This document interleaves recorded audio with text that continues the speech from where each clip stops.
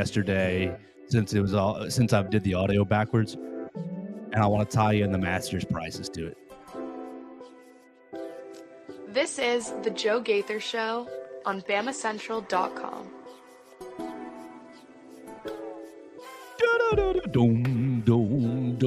Good morning, Tuscaloosa, Internet World, West Alabama. How we doing today on this Friday? It is Friday, the first Friday of the month, April 4th.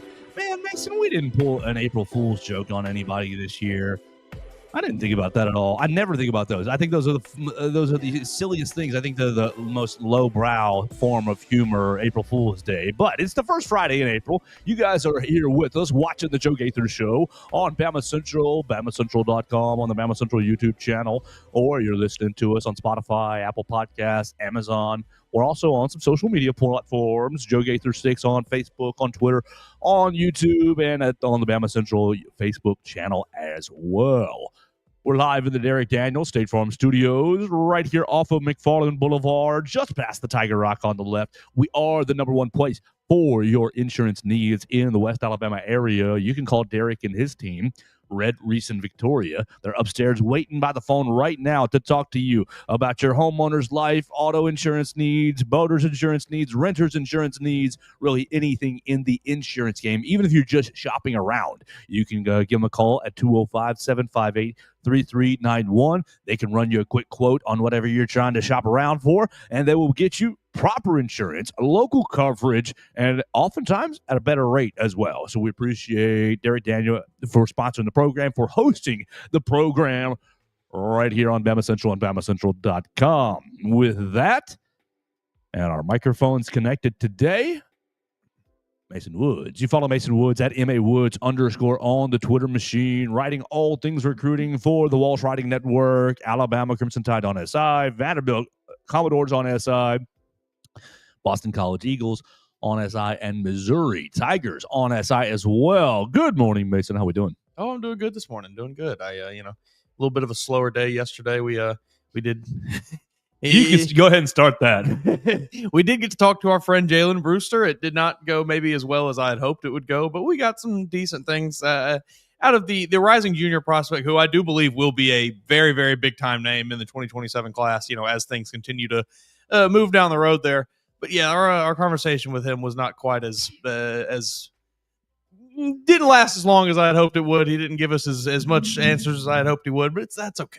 All right, let's do it. We can start here because we will be playing the Jalen Brewster interview at the end of the program. Jalen Brewster, class of 2027, 4 5-star, depends on what you want to look at. He's around in the high 30s in the class of 2027. Plays absolute freak. Yeah, monster defensive end and running back. His tape looks very unusual to me just because of the athleticism and 6'4". He said 295 yesterday. Running the football. I don't want to tackle that. My high look. That's the most high school football thing I've ever heard. It's awesome. That would have been concussion city right there. Everybody going to tackle him. It'd be next brain concussion city. Did you ever have a coach that made you do wake up drills? No. That just sounds like a concussion right now. Just saying it. It was literally just stand here. You would squat down like you were in a linebacker stance. Basically, you put your hands behind your back, and somebody would just come up and hit you. Don't know why we did it, but that was a drill my football coach had us doing in high school one time. Just standing there taking hits to the face? Literally just standing there getting hit in the face. Many of us got concussed. We didn't do it again after that. The most insane thing I ever had to do in my years. I'm sure he saw it on the internet, and he said, "They're just going to get these boys tough," because he was one of those types. And sure enough, he lined up about 20 of us up on the sideline there. Okay. And then just, it wasn't like full speed or anything. We just had somebody come and, about 50% and just basically run through you like they were tackling you. You just had to sit there and eat it. So you were the tackling dummy. Essentially. Yeah. So dumb. Ridiculous. Mm-hmm. Ridiculous. Mm-hmm. Yeah. He didn't have a job after that season. So, it was, we went 3 coaches in 4 years. Oh, now we did Oklahoma drills about every third week or so for the first couple of weeks. Bull in the Ring, that was a good one. Bull in the Ring happened. Bull in the Ring happened my freshman year. One time on our freshman team, and I think it was a moment coach was trying to be like, who are these kind of guys? And We had a linebacker, defensive line type who did not last at our private school, and he went crazy during his time in the ring. And I mean, great. I mean, that's what you need to be doing if you are in the ring. He went crazy, and we discontinued the drill during the summertime when we weren't allowed to like technically touch footballs because it was against AHSA rules or whatever. We would play something, and our coach's his first name was Elijah, and he would call it Eli Ball, and it was basically rugby with like a lot more football elements involved, and we would play it with a rugby ball, but it was there was forward passing allowed and things, and it was just full contact. Nobody wore any pads or anything. So it's football with a rugby ball. Yes. That was our way to get around it. Yes, it was so dumb, and no pads. We're all running full contact at each other, and he thought he was so smart. He thought, I'm just getting away with it. Tough. It was very stupid. AHSAA. We went 0-10. They're never going to get me. They're never going to get me for violating the rules. AHSAA. There's a reason we didn't win many football games at the old JP2. Are they still JP2 up there in Huntsville? Technically now, I guess they are. What is it? St. John Paul II SJP2 now. Okay, great. Well, we've got a couple things to do today. I want to revisit some conversations that we had yesterday after we talked to Katie. I want to talk about concession prices next week at the Masters and how they tie it in with yesterday's conversation with Coastal Carolina. What can we do, Greg Byrne, to get concession prices down across the board? That's on my brain. I want to talk about this scrimmage. Alabama is scrimmaging today. Alabama football is scrimmaging today.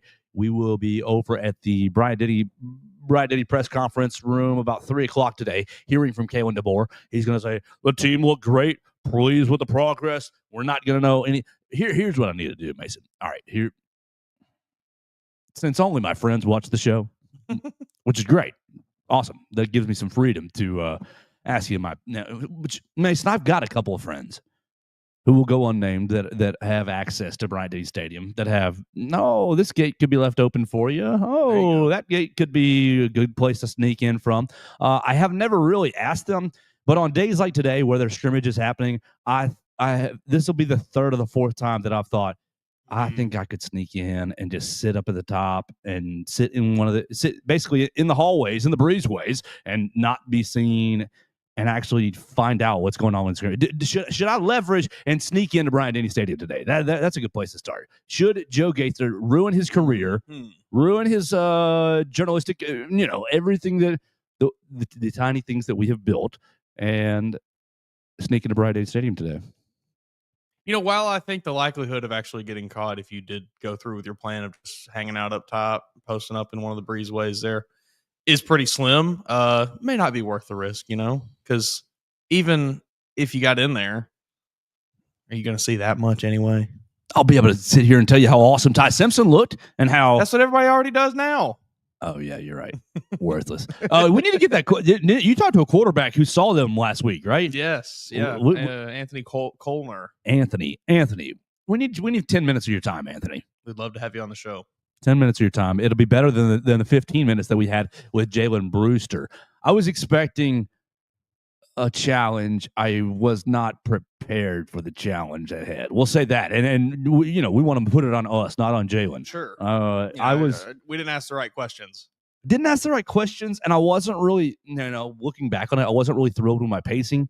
I felt like one thing we can do together is when the guy finishes his answer, both of us, not me, not you, both of us need to take a half second, just a pause, just to give him a second to like,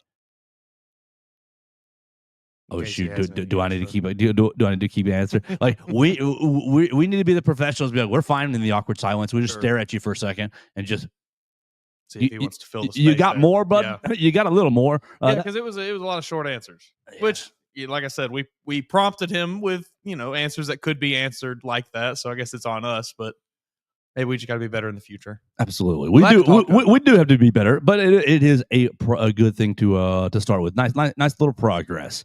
Very happy, very thankful to get him on. Maybe, maybe I think he's set to visit in June, I believe June 7th, I think is when his official visit is. So maybe, who knows, maybe we can get him on again and get a little more information about how that visit goes.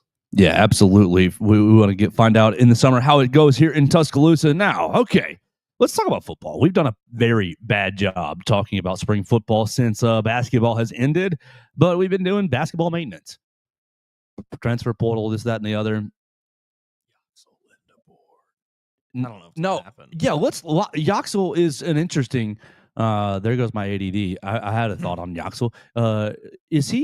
Are you better off, Yaxel Lindenborg, going to the NBA and being first, second round pick, or whatever you are, late first, second round pick, non-guaranteed money, might be playing in the G League next year, or go to a high-level university for $3 million, for $2.5 million, for $2 million, play 35 games, still enjoy the college experience, be big man on campus for one more year, less travel, more meals catered to you. It's like you just keep throwing the thing. I don't know why you would go to the NBA unless you were guaranteed basically as a lottery pick. Yes, I'm sorry, this is where my silly boy brain goes, but I'm going to go to an environment where lots of potential wives could be like if you're in the NBA, like that is, I would not want to be a single man in the NBA because you do not understand. You do not. It's very hard. I think it would be very hard for me to decipher intentions. Does this person have the best intention for me? Still dealing with that in college. Yeah, you probably still do. I mean, but especially if you're a player like him, where everybody knows, oh well, this guy, he's getting paid. But maybe a little less. Like, I mean, sure. I think that happens with everybody. Every major athlete like that. It's just kind of comes with the territory, I think. All right, so maybe that's my immaturity. I mean, I don't know. I would one more year college. Sign me up for that. They're feeding me. I think I mean, sure, the social aspect and stuff is cool. You get to be a kid for another year. That's awesome. Yes, you're not living real life. You don't have to, you're not jumping on a plane 3 times a week. You don't have to deal with the stupid media stories like we're seeing today about the NBA with this Ja Morant gun saga once again, where he gave some finger guns and everybody's losing their mind over it. I would absolutely return to college, especially if you are in a Yaxel Lindenborg situation where I don't believe really anybody has him, at least that I've seen, listed as a first round pick. I think a lot of stuff that I've seen is, he's in the second round, which, I mean, comparatively, you just come on back. You have a much better situation if you're coming back to be a very high level college basketball player than if you are going to go be a low level NBA draft pick.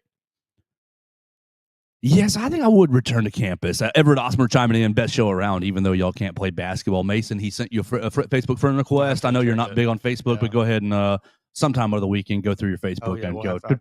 You probably got all the fans are in your request, requesting you as friends. So make sure you check on that here in the next couple of days. Everett did message me late last night. Will you Google this? Surely we would have seen this already.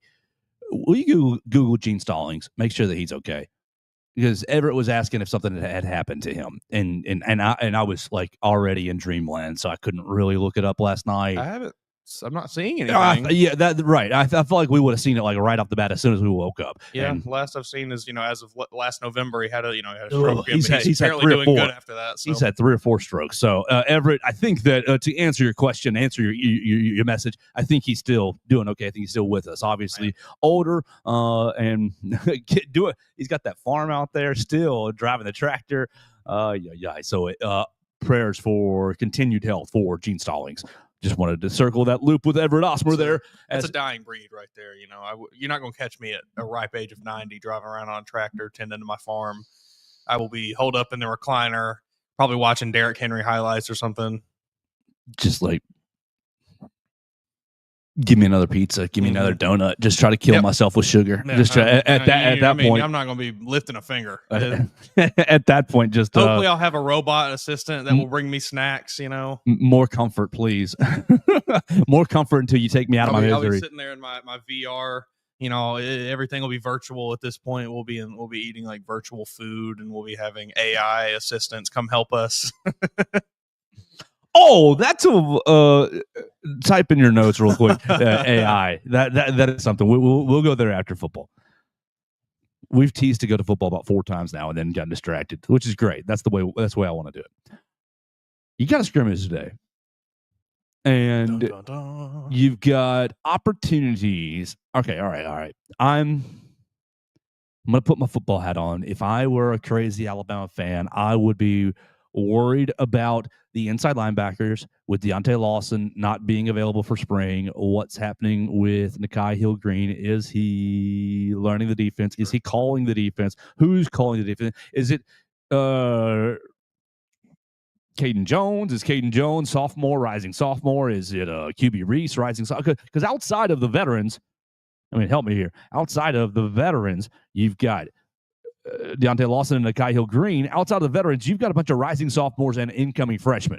You've got QB Reese, Caden Jones, and you lost Justin Okoronkwo to the transfer portal to South Carolina. So really, it's Deontay Lawson, it's Nakai Hill-Green, it's Yanzi Pierre still back there lurking around. Yanzi's on the outside. Yeah. You got Abdul Sanders, the freshman. And Luke Matt's another freshman. Ooh, I mean, really, it's all freshmen and rising sophomores besides Lawson and Nakai Hill-Green. You got Justin Jefferson. Yeah, thank you. That's who I was missing. That's the name I was missing. Perfect. But Jefferson was limited. He was on the limited list. So still banged up from previous fall. But I think that he's much less of a question mark injury wise than Deontay Lawson. Maybe. What do we think the extent of, or I guess not the extent rather, but just timetable for Deontay Lawson? Do we have any idea what that looks like?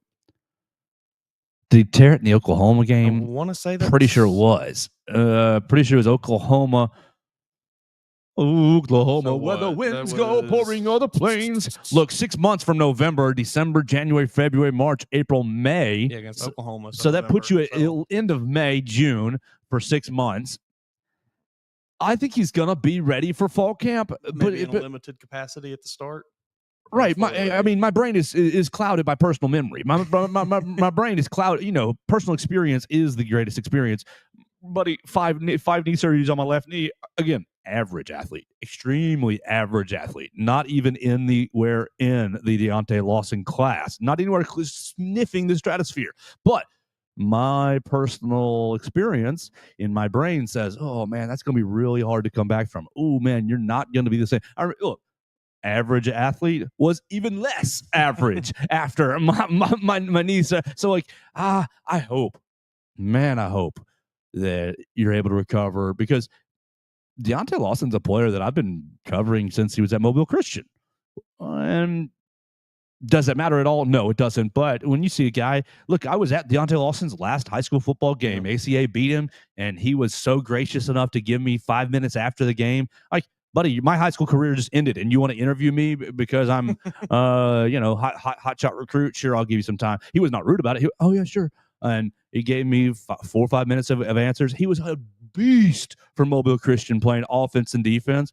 And then I think he's had a good time, a good career so far at Alabama. Not a great career, not exactly what I would have thought we would have gotten out of him. Sure, I think a good year here though can, He's just last year he was a stud last year. Oh, he's such a beast until he tore up his knee.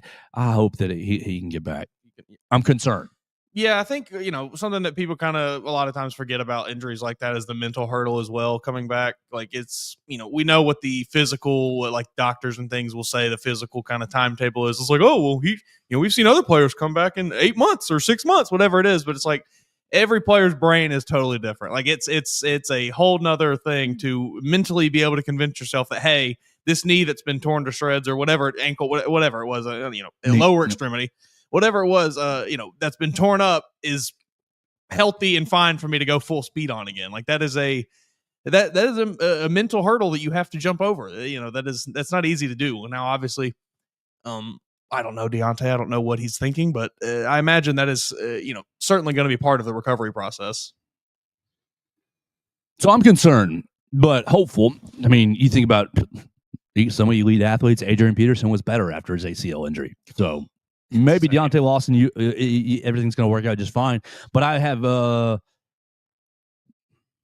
more than mild concern for the inside linebacker position. Not like level 5 DEFCON 10, sound the alarms concern, but okay, consider it how it was last year with the secondary. It's a little bit less than how I was. I mean, we were all I think 7 or so out of 10 concerned for the secondary. I think I'm more 5.5, 6 about interior inside linebacker, because I think if you're going to get a good player in Justin Jefferson. Mm-hmm. Nakai Hill Green is going to give you physicality. Is he going to be a good fit in the system? No idea. No idea. Also, if you return to your previous self, good. If you get that out of those 3, then I think that you will have had you're going to look back on your inside linebacker room and be like, all right, it was good. It wasn't as bad as we thought. Yeah, I think you're in a little bit of a tough spot because, if you try to go target anything in the transfer portal with these 10 days you got coming up here in the end of April, I think it is which sophomore do you run off? Which freshman do you run off? And you're bringing somebody in they don't know anything. They don't know this system. The guys that you have here at least know it a little bit, and you're just really banking on Deontay Lawson coming back to that. Hopefully to at least the same level he was at previously. If not, hopefully he gets even better, but we will see. But you're really counting on that a lot, because outside of that, your options look a little bleak, because it's either inexperienced players that know the system a little bit, but they're very young, or an experienced guy that has never been in the system. So today's scrimmage, I think you on the defensive side, Jefferson will be out and Lawson obviously will be out. So it's going to be Nakai Hill Green. You're going to have Caden Jones. You're going to have Abdul Sanders, Luke Metz, Duke Johnson, QB Reese, all kind of rotating in right there. You're getting some buzz. Apparently, Abdul Sanders led the team in tackles in the last scrimmage last week. So true freshman, modern day monarch, early enrollee. Sure, we know what those modern day players can be like, dude.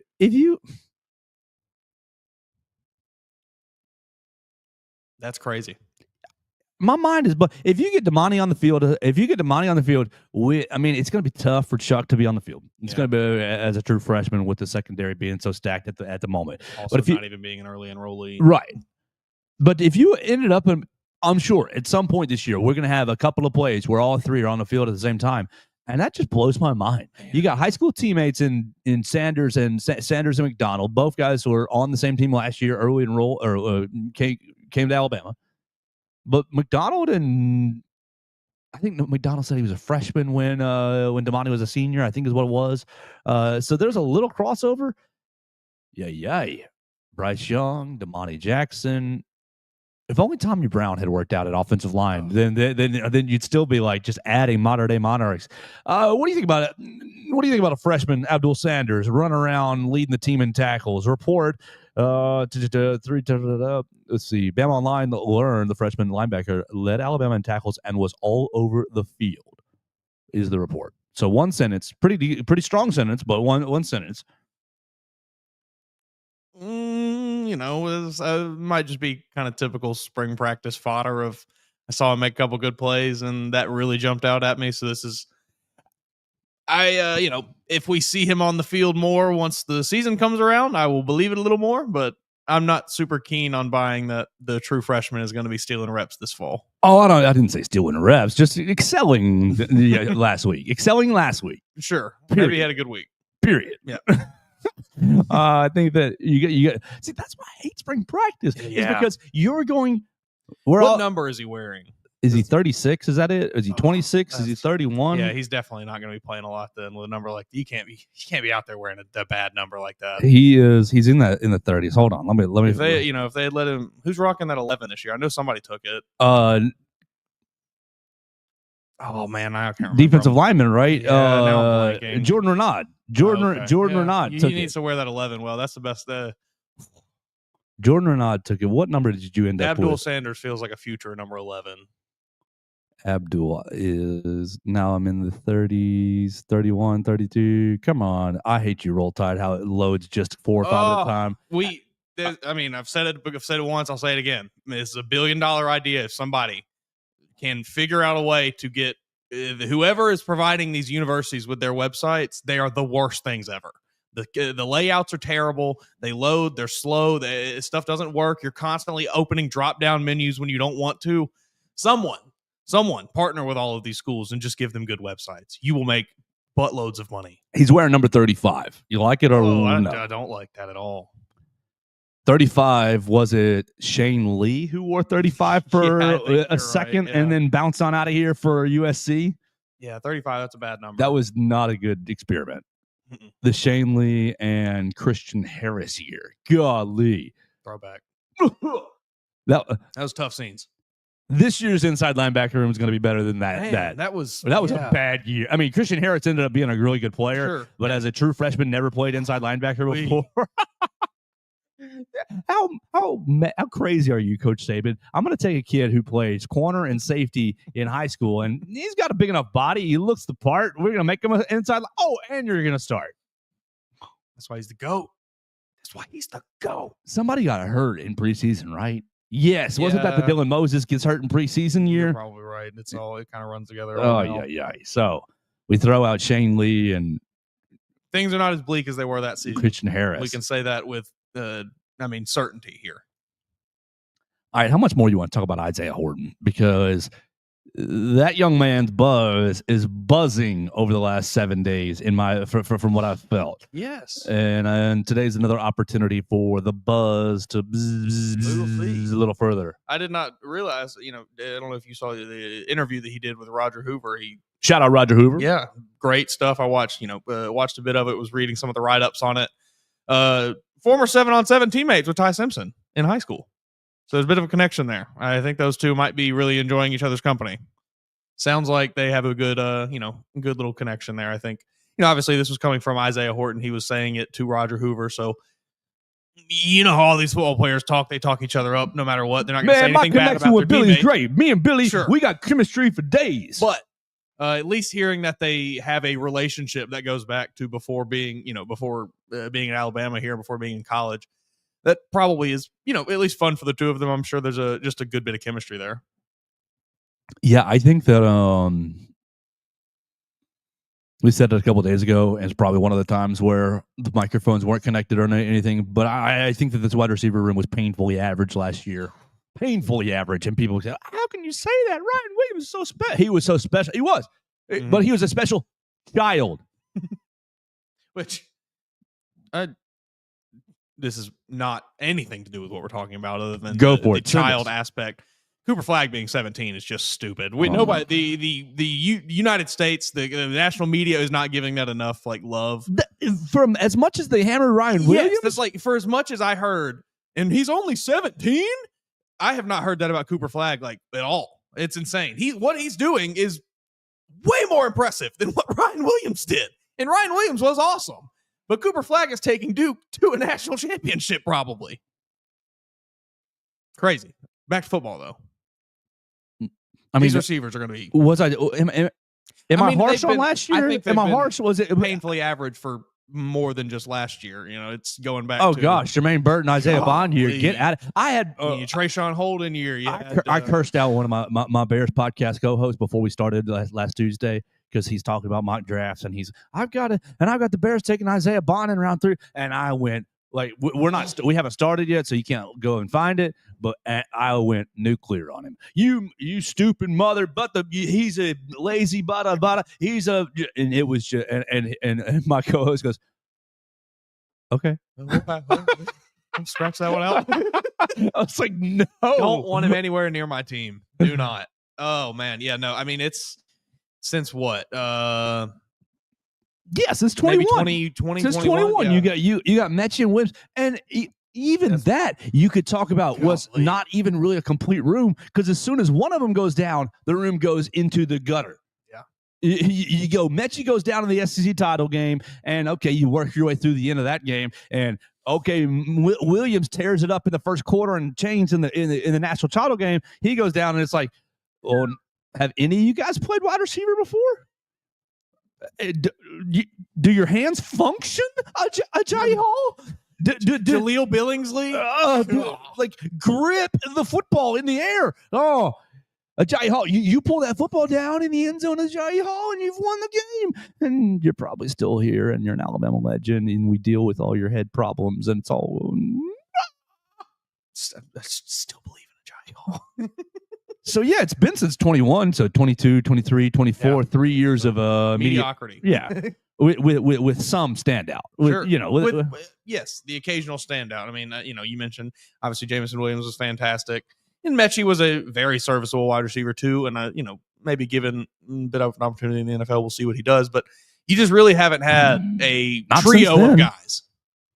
You've had one, maybe two guys. So I'm excited. I am excited about this wide receiver core because I think Isaiah Horton is not better than Ryan Williams. No, don't hear me say that. He just allows you to do things different. Gives you more options than Ryan Williams does. Right.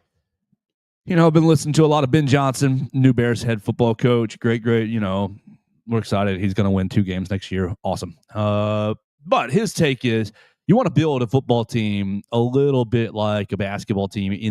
We talk about skill position players, skill positions, because you don't want 5 guys. You don't want 5 skill guys who are all speed guys. You don't want five guys who are all height and big power guys. He said you want to mix and match. I think Isaiah Horton does that. Brings in an element that is not really in the room, and apparently has a confidence that is on par with the other 2, Ryan and Jeremy. So. Great. So, it seems like things are going very well. Now, we're all hearing spring practice reports, so take it as you will. But it seems like it's going really, really good. What's the predict the Ty Simpson narrative today? I'll give you a chance. You get the pen, and you can write the narrative for all 3. What happens after the scrimmage? We're going to talk to them about. We're going to get a 2 passing, 1 rushing touchdown performance from Ty Simpson in the scrimmage. And we're gonna get one of those touchdowns is gonna be to Isaiah Horton. It's gonna be a we'll say a long one. The other one's gonna be we'll give it to Jeremy. And let's see what are they gonna be saying? Ty Simpson not shines, not dominates. Is he gonna dominate today? We can't say dominate excels, because that makes the defense feel bad. Yeah, maybe excels.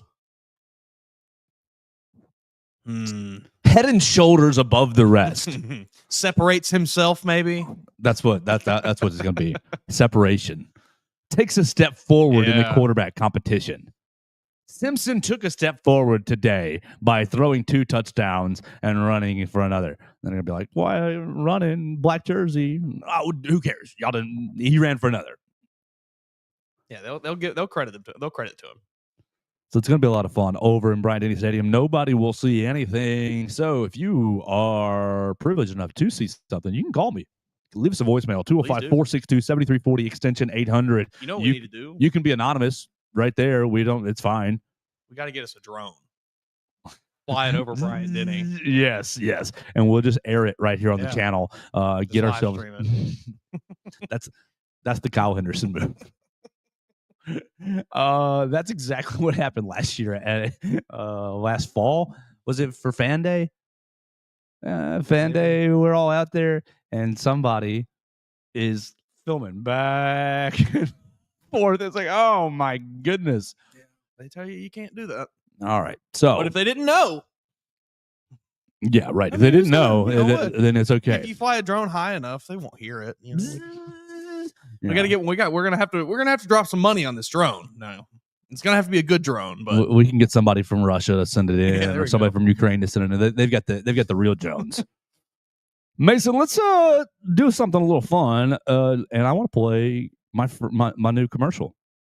We look, we're so happy to be sponsored by Warren Tire and Auto. You guys can jump in and sponsor the program any way you like. We'll be happy to take care of you as best we can, any way we can. And Russ Warren was over at 15th Street this past week when we chatted with him, and we just filmed this little commercial. And so we're throwing this in here. We're going to go from here to where? To concessions, and then we'll finish with Jalen Brewster. How about that? So here's Warren Tire. We're going to take a quick break, and we'll be right back.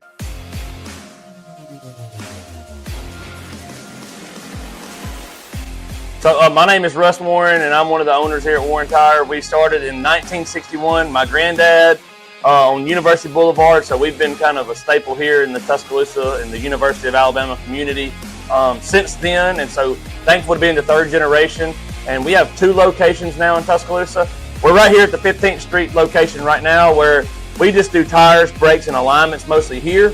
Our university location, does oil changes, engine work, air conditioning work, front end work, the whole 9 yards. And so any of our 2 locations, you can come check us out.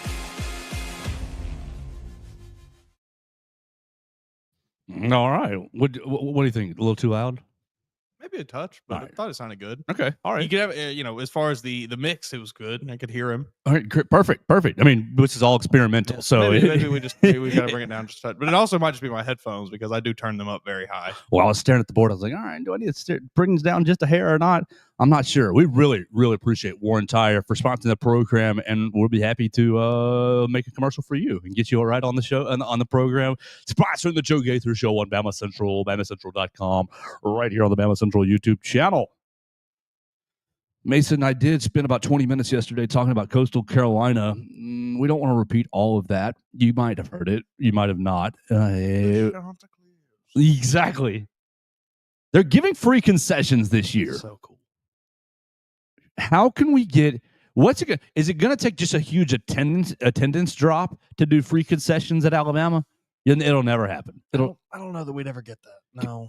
I mean, the Falcons went 5-8 years ago when they opened Mercedes-Benz and they committed to like really cheap concession prices. And is it just going to take like a couple 6 and 7 seasons to get Greg Byrne to get innovative in this way? Or I'm sure what it really is I'm sure the concession vendors and their prices are all, I'm sure there's some sort of separation of who's controlling the prices. And I bet you they're paying the university rent space in the stadium. Like, and I'm sure that there's all kind of paperwork and agreements, red tape agreements that we don't know about and then that I'm not educated on. And so I'm making myself sound like a fool. But how do we make it happen? We've got to make it happen. At least, look, we're not giving away free beer. Yeah, sure. And we don't have to do 4 items, unlimited trips. That's a bit ridiculous, if I'm being honest. It's crazy. But hell, man, throw somebody a hot dog. I don't think that's going to hurt your wallet. Give everybody in the stadium a Denny dog and a free drink. I think you'd probably be okay. Everybody would be with a little hole puncher. I mean, come on, everybody would be stoked. You get a card when you walk in. It's got 2-3 punches on it. It gets you one of the punches is a hot dog, one's a drink, one's a bag of chips or a candy or something, and boom, boom, boom. When you use it, you lose it. Come on, there's no way you're going to lose that much money on that. What we do is we do it for the slow games. We do it for the Western Carolina games because everybody's coming to the LSU game. Everybody's coming to watch us play Wisconsin this year. You're selling them out, but your Western Tech University, Louisiana, School for the Deaf and Blind when it's coming in, the 11 a.m. game. This is how we fill it all the way up because, look, I've got friends who have small children who don't want to spend arms and legs to go see the big game. Because, that's the thing. Even with those, like you say, let's be honest, the crappy games that nobody really cares about as much against the Western Carolina Tech State for the School and Blind and whatever's, it's still like kind of ridiculously expensive to take your family to those games. You're paying $25 for parking at least. You're paying $5 a hot dog. You're buying 4 hot dogs for every member. Whatever it is, you're coming out from that concession stand. You drop $65-$70 probably on top of paying whatever for your ticket that you paid. It's just like everything adds up, nickel and dime. And it's I think giving more incentive to people in that kind of situation where they may have young children, they may have a larger family that wants to experience what a game is like. Give them an opportunity to not absolutely murder their pocketbook, and I think they will jump at it. We're focusing on Bryant-Denny Stadium just because football to football, Coastal Carolina football. But my real focus is on Coleman Coliseum. Because at Bryant-Denny, I can make my purchases, I can plan a little bit. I think the hot dog is like $6 or something. Basically, my point is I can be choosy at the concession stand board and get away with not that expensive. I'm a sucker for those souvenir cups. Get one every game I go to. Got to. $8, right? $12 down the drain. Have one. It'll last me most of the game, though. I don't think you could do that with Coleman. I think that the entire board is like astronomical. When you look at the concession board, you're like, no, not that one, not the hot dog, not the popcorn, not the pretzel. I'm not. And so what I end up doing is not eating at Coleman, which is fine. I mean, that's just what you do. I'll eat before or after. But you're missing out because there's a decent chance that if I were to get 1 or 2 free items, I'm a little bit more inclined to maybe go buy another item as well. Oh yeah, you give me a free hot dog, I'm definitely buying a drink. Exactly. Or you give me a free drink, I'll get a hot dog or some nachos to go with it. So, you will not only be bringing in more fans who maybe aren't going because of prohibitive costs. That's the word I was looking for. That's good. Well done. That's an A- word. You like that? Prohibitive. You bring in more fans, but you also allow the fans that are there to maybe buy more concessions if they weren't planning on buying them beforehand. So the only reason I'm repeating this is because of the audio issue yesterday after we talked to Katie, but in conjunction with the Masters. Mason, I know you're not really a huge golf guy, but next week is the Masters, and we will be paying attention to it on the program. Justin Thomas will be seeing if Nick Dunlap has qualified or not. But if you've never been to the Masters, which I never have, concession prices, perfect. Their prices are equally reasonable. Sure. You look at here's the board right here. Egg sandwich or egg salad $1.50. These are sandwiches. Pimento cheese $1.50. Barbecue sandwich $3. Classic chicken sandwich $3. You got breakfast served until 10 a.m. Blueberry muffin $2. Breakfast sandwich $3. Chicken biscuit $3. So like you're look, it's good. You've already paid 3 arms and a leg to get into the Masters. $2,500 I think right now is what you get in for. But at least once you're in, they're like, all right, we'll sell you a bottle of water for $2, not here's a cheap sandwich and a $300 polo. Well, right, yes. The point is, this makes me upset about the Masters because they do this, and every year it says, "Oh, look at the Masters with their cheap." And no, they just charge the sugar honey iced tea out of you everywhere else. This is BS. They're not like helping out the consumer with these traditional cheap prices. I am looking at Masters apparel right here. $299 for a shirt.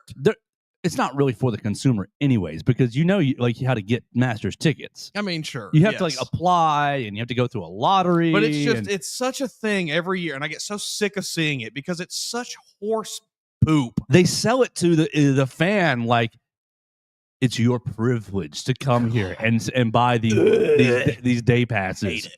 So lame. But a part of your privilege is you can eat my $2 sandwich. Hey, part of when I'm at an event, I'll just say this: I have very little self-control. The only thing controlling me is the price limit. Yeah. If I'm going to the concession stand at the Masters and I'm seeing these numbers, I'm walking away. 5 chicken sandwiches. Yes. So, point being, to you, Greg Byrne, who we love and respect, we adjust these prices a little bit. Just a touch. And my fat rear end, who's trying to get my gump on in the stadium, is going to be, heck yeah, I need another chicken sandwich to cheer on the Tide. Yes, I need another pretzel. Man, I'm getting tired. I need to load up on another Diet Coke so I can yell the second half away. Man. I don't know. Maybe that's a myopic. Maybe that's a silly take, but it is my take.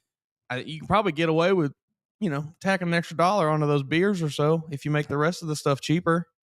The beer price does not matter. Yeah, like I'll pay $15 for a beer if I get a $3 hot dog. Oh yeah, exactly. The people who are buying the beer are buying it anyways. Yeah. It's the other concessions that Father Steve and his little kids. Well, Father Steve's not buying 10 beers. He's trying to buy 4 hot dogs for he and his kids. And but you can offset this by, you can lower those, raise the alcohol just a touch. I'm sure this is the people that are going to buy the alcohol will still buy it. I'm sure this is all related to vendors and prices and so I bet you that third party stuff. I don't know. All right, so we'll never see cheap concessions, but we will probably always see great defensive linemen. You a pimento cheese fan? The pimento cheese sandwich at the Masters? No, I've never really been a pimento cheese fan either. No, not for me. Not my cup of tea. It's an odd texture. No, I'm big on texture, and I don't want to get into it in detail, but we'll say it's not for me. I would be coming out of the Masters concession stand with maybe this. I like the way that chicken biscuit sounds. Heck yes, I'm going. I don't know if I'm going to trust their barbecue that much. No, well, it's Georgia. That's fair, but it's probably out there really slow. Yeah, they might be.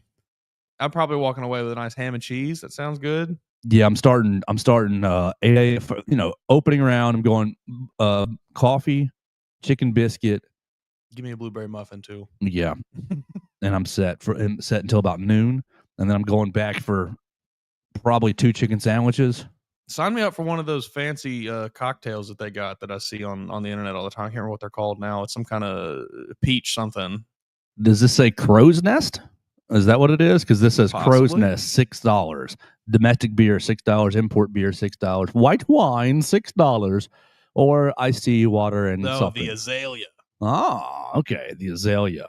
It's that's a fancy looking beverage right there. Well, we will be watching them. I will be watching the Masters. I always get into it every year. We'll see if Justin Thomas or if Nick Dunlap can make some noise for us. Yeah, we will see. You saw, Tiger's competing. You saw, he tweeted out on April 1st that he's been sleeping in a hyperbaric chamber and he's good to go now. That was so weird. Tiger's lost. Tiger's lost like Kanye. Yeah, man, he's gone. I don't know what's going on with him. Tiger's gone forever. It's so sad. And I've always watched Tiger. I used to be so in on him, so out on him, and then back in on him, and now I'm really apathetic. I'm kind of just over him. Because it's so you're so clearly shilling. You're so clearly selling yourself to the highest bidder I'm not even remotely interested in this. What is it? The TGL? Yeah, people. You're playing golf in this big old simulator, and the floor moves. The concept is cool, but I have no idea when it airs. What are y'all playing for? Yeah. Who's playing every week? You have no there's not been enough communication about it. The marketing for it's been terrible. Yeah, I see 1 or 2 clips from it a week maybe online, and that's about the extent of my TGL consumption. Super cool to play golf inside I don't know. I don't even really understand it because I know the floor is moving and things, but then they're also hitting into a simulator screen that is projecting where the ball would be going if they were on an actual green. So I don't know. It's not for me. It's newfangled technology, We like to play real golf, traditional golf with the real, smack it all over into the woods. Yeah. All right, Mason, let's get out of here for the day. We're going to do a couple things this weekend. I am going to New Era Wrestling, Bad Mood Rising. You in or out? It's okay if you're not. Yeah, man. Okay, we'll see. We've got to make sure Melissa's feeling good, all that jazz. Great. Rusty, make sure he's all safe. So we go New Era Wrestling Saturday night. The rest of the weekend, I'm going to be paying attention to Alabama-Auburn baseball. I'm going to be paying attention to Alabama softball, Alabama-LSU softball. The transfer portal, we'll see if Alabama can bring anyone in or not. We will have Kalen DeBoer at 3:15 over in the Bryant Denny media room. So we'll hear about this great scrimmage that everybody's going to play so great in today. So you can see that on the BamaCentral YouTube channel. We've got a staff meeting with Chris. Is there anything else that I'm missing for today? SmackDown tonight. Rumors of The Rock appearing. I'll be interested to see. The final boss will. Are we going to finally get any bit of explanation as to why John Cena did what he did? No, I don't think we are. And that feels like the missing piece of the story. Yeah, I know that they're playing the slow burn thing, but I need a touch, just a little bit, because we are so confused and we have no idea why he did what he did. It just doesn't really make any sense. So in my spare time over the last maybe 2-3 months, I've been watching all the old WrestleManias, just kind of going back through them. And the last 2 days, I've been on 28 and 29, which are John Cena, The Rock 1, John Cena, The Rock 2. And so I've been I watched them, and I was still trying to think about, okay, how is this going to tie in? Will it tie in? Probably not. Fun matches from, what was that, 2010 and 11 or so, roughly. But yeah, that's the missing piece to me. Cena, last week on Monday, the Cena, that was great. Did not anticipate Cody Rhodes being as good as he was. I thought he did well for himself. He said, "Did they choose you, or did some man in the office choose you?" Oh, and he said, "Oh, I built some guy we don't talk about anymore." John Cena says, "Well, I build empires for billionaires. You just steal from their kids." Yeah, both of them were so good. So it's good that I've seen the online discourse basically split 50-50 on whether or not Cena crushed him. Yeah.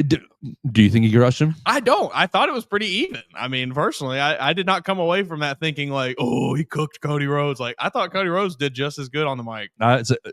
Our friend Will Miller texted me after. He goes, Cody got cooked. I was like, did he? Are you sure? I think so. I thought he held his own. I thought the Jorts comment was very funny. It was really good. It is a low blow, but I thought it was a good one. Great stuff. So tonight we'll do that. We'll have Alabama Auburn baseball, and we'll talk to you on Monday. On Monday we will be with Theo again, and I'll reconnect the daggum mics because Theo had so much good stuff last week from his time in New York and everything, and the entire tournament. And Theo was don't tell Theo, but he's good at this. So we're going to keep his ego as small as possible, but we do need to be utilizing him. We'll hear from him on Monday, and we'll talk to you guys as well. Leave us a comment on all the social media machines at Joe Gaither 6, Facebook, Twitter, YouTube at MA_Woods_ on the Twitter machine. Call us on the voicemail line 205-462-7340 extension 800. Oh, this is why we're closing the show, so that we can play our interview with our we're closing the show right here so that we can play our interview with the defensive lineman we got to chat with yesterday, Jalen Brewster. Jalen Brewster joined us for about 12 minutes, and here it is. It was like interviewing a rising junior in high school. I appreciate Jalen Brewster for giving us his time, but maybe not as juicy as we were hoping for. Hey, welcome back to the Friday edition of the Joe Gaither Show right here on BamaCentral, BamaCentral.com. You guys are watching us on the BamaCentral YouTube channel, listening on Spotify, Apple Podcasts, and Amazon. We appreciate everybody hanging out with us on a Friday. We're going to have a lot of fun here. We have talked to a lot of Alabama football recruits in the past. We have not done so in quite some time, but Mason Woods has been hard at work working the recruiting trail, and he's got us a great one to talk to today. And I am so excited to chat with defensive lineman Jalen Brewster out of Texas, out of Cedar Hill, Texas. And he is really one of the who's who defensive linemen in the class of 2027, a rising junior. You look at all of his recruiting profiles, and every single big name profile is after him. So I'm excited to talk to him. Jalen, thank you so much for your time today. How are you? I'm good. How you doing? Very, very good.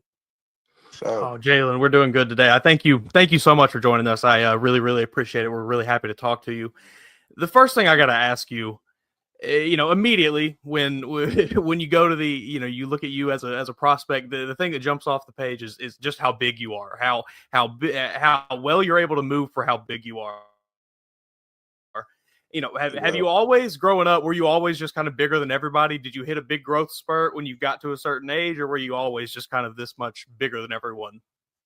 Yeah, I ain't gonna lie. I've been big since I was like 5.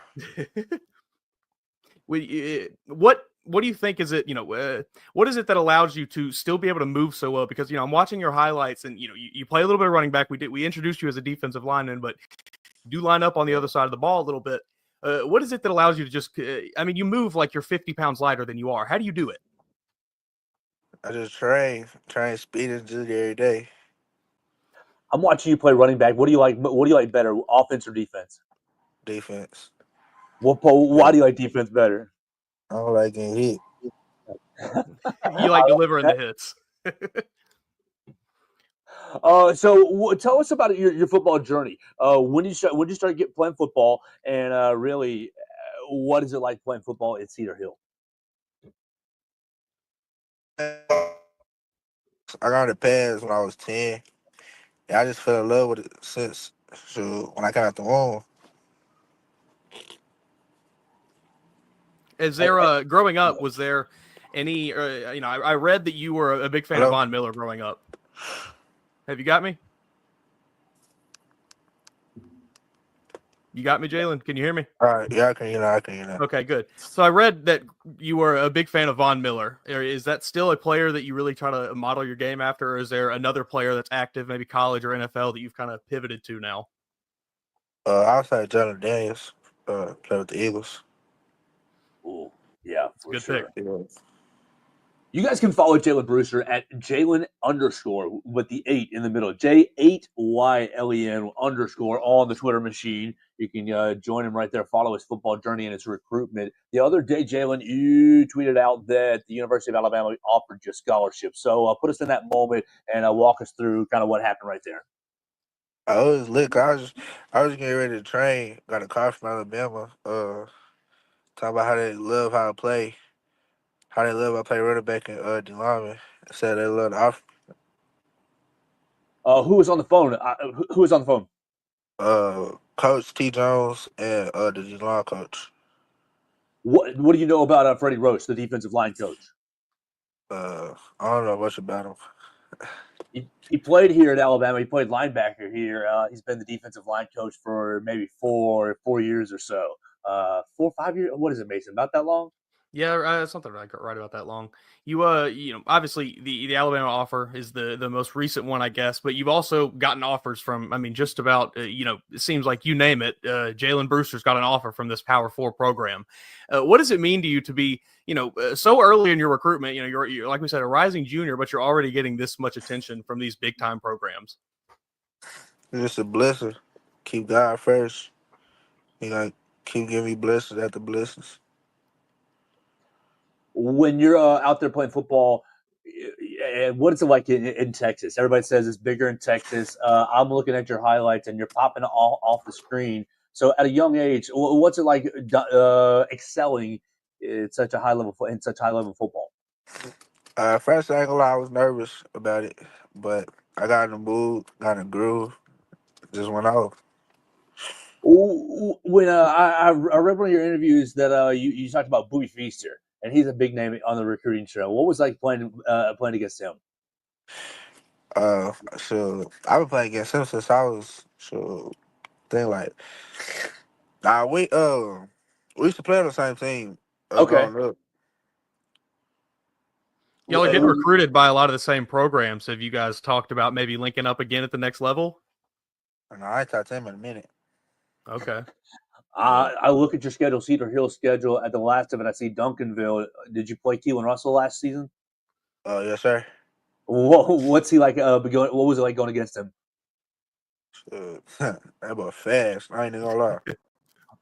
Do you think early enrollee at Alabama, would it be crazy to see him starting next year? I have no. I mean, we barely seen him over here. Nah, he for sure can start at Alabama. Yeah. What was he like as a quarterback? Big time passer. You said he was fast. Big time runner. How did they use him? He really can do both. He can run. He can throw the ball when he under pressure. Oh, what about you? I mean, when you're rushing the passer and you're getting after it on the edge, are you trying to? Do you like speed rush more? Are you a power rusher? I mean, I'm sure you got a bunch of tools in your arsenal. What goes through your brain when you're lining up on the edge? At first I was really just a power rusher long arm, but like I added some moves, so just. What is it? I just had the tab. 6'3". I have this at 277. Is that accurate, or is 302 accurate? I've got several numbers. 295. 295. Oh, Yeah. all right. So you talk about training. What are the things that you're doing to train? We do. What we be doing? We be doing 5, 10, 5. I mean 5, 10, 5. Then we do broad jump. We do a lot of speed and agility work, and then we do recovery after. What do you like to do when you're not training and you're not playing football? Hoop. Yeah, you into basketball, NBA? Nah. AAU. Nah. I'm sorry. AAU. AAU. Okay, so Yeah. you don't watch it in your spare time. You like to play. Yeah. Okay, bet. Point. How's your basketball game? I play center. Maybe a little point center. Yeah, I can dribble the ball a little bit. Oh, okay. We got to get you on the basketball team, as well. 2 years from now, Alabama's had a couple football players that have flirted with the basketball team, but we never had anybody do both. Can we get you to flirt with Nate Oates? Get you on the squad? Yeah, for sure. I'm a hoop. You like the NCAA tournament? You watching that? No. No time for any of that. Uh-uh. What does spring look like getting ready for your junior year? Oh, it's looking great. We gonna dominate this year. So How do you feel about the team as a whole? You know, I looked at your schedule a little bit. Obviously, you've got some tough matchups. Given just Texas football is tough in itself, what do you feel like your team might do this year? if we come out playing hard, we should win every game. So you got the call from Alabama the other day, and they offered you, but you haven't been to Tuscaloosa yet. Plans are June, July. Is that what I read to come to Tuscaloosa? What are you looking to see when you come here? The culture of football. You know how they play Alabama football. What are you hoping to see when you get here? To like, what will tell you what the culture is like? Just a feel, or is there something that you'll? I mean, you've been on other college campuses, so you'll have things to compare it to. It's really. Cause I talk to a lot of players like when I go on the visits, how they see, how they think about this college. So that's how I really tell her from it. You mentioned that you fell in love with football really young. Is it something that is in your family? Did your dad play football? Any brothers, sisters that have played, or any brothers that played football? Any uncles or anything like that? Yeah, my pops played he played college at Ball State, and then he got went to the Cowboys for 3 years. Oh, okay. You grew up a Cowboys fan, I guess. No, Oh, okay. Anybody? Who are you a fan of? Ravens. Okay. That's a good. You've had a pretty good time, I guess. I mean, I'm a Titans fan, so I cannot share that same joy. What do you think? You and Lamar Jackson, you coming off the edge? You taking him down?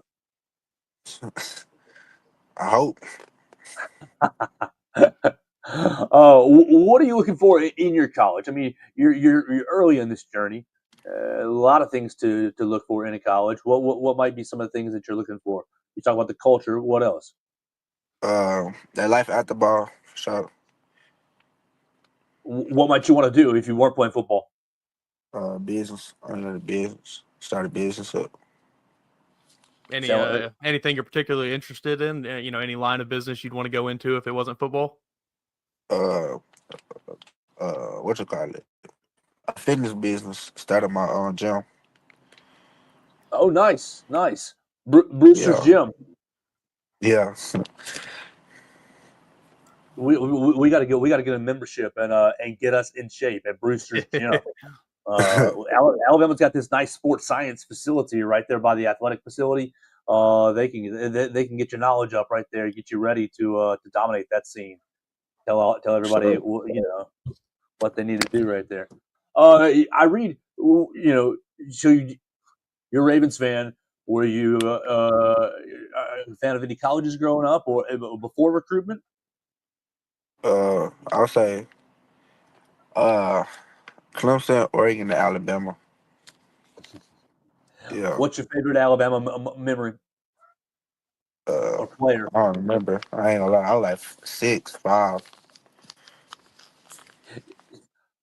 Well, Jalen, it's been a lot of fun hanging out with you. You're in the class of 2027. Recently received a scholarship offer from the University of Alabama, but you haven't quite been here yet. What are you thinking about your recruitment? I mean, obviously you're a long way away, but just kind of put us where you are. What are you thinking about your recruitment at the moment? Oh, it's going great. It's coming so fast. I just gotta keep staying motivated and keep going every day. Have you thought about it all when, I mean, obviously, so far away still, but have you thought about it all when you want to maybe set any kind of recruitment or a commitment dates? Nah. Yeah.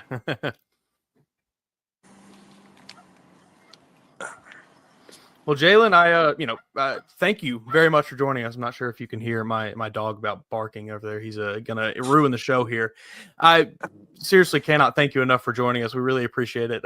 We're very happy to get a prospect of your caliber on the show. I'm excited to see where you go with your recruitment here. Hopefully it's Alabama, but we will have to see. Thank you for having me. Thank you so much. We will. Thank you very much, Jalen.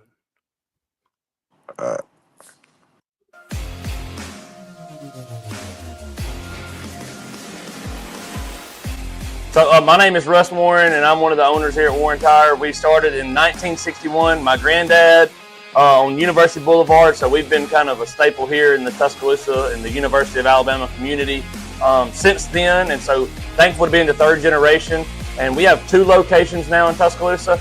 We're right here at the 15th Street location right now, where we just do tires, brakes, and alignments mostly here. Our university location does oil changes, engine work, air conditioning work, front end work, the whole 9 yards. And so any of our 2 locations, you can come check us out.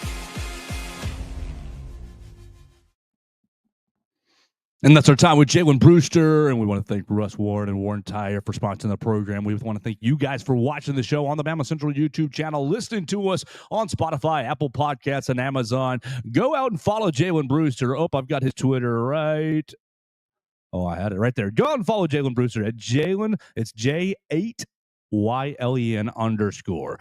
Go out and follow him and tell him that you appreciated his time on the show. We'll talk to you on Monday. Make sure to subscribe to All Things Bama, as Mason and I are about to record another 30 or 40 minutes of All Things Bama on that podcast. So we'll talk to you on Monday right here on the Joe Gaither Show on BamaCentral and BamaCentral.com.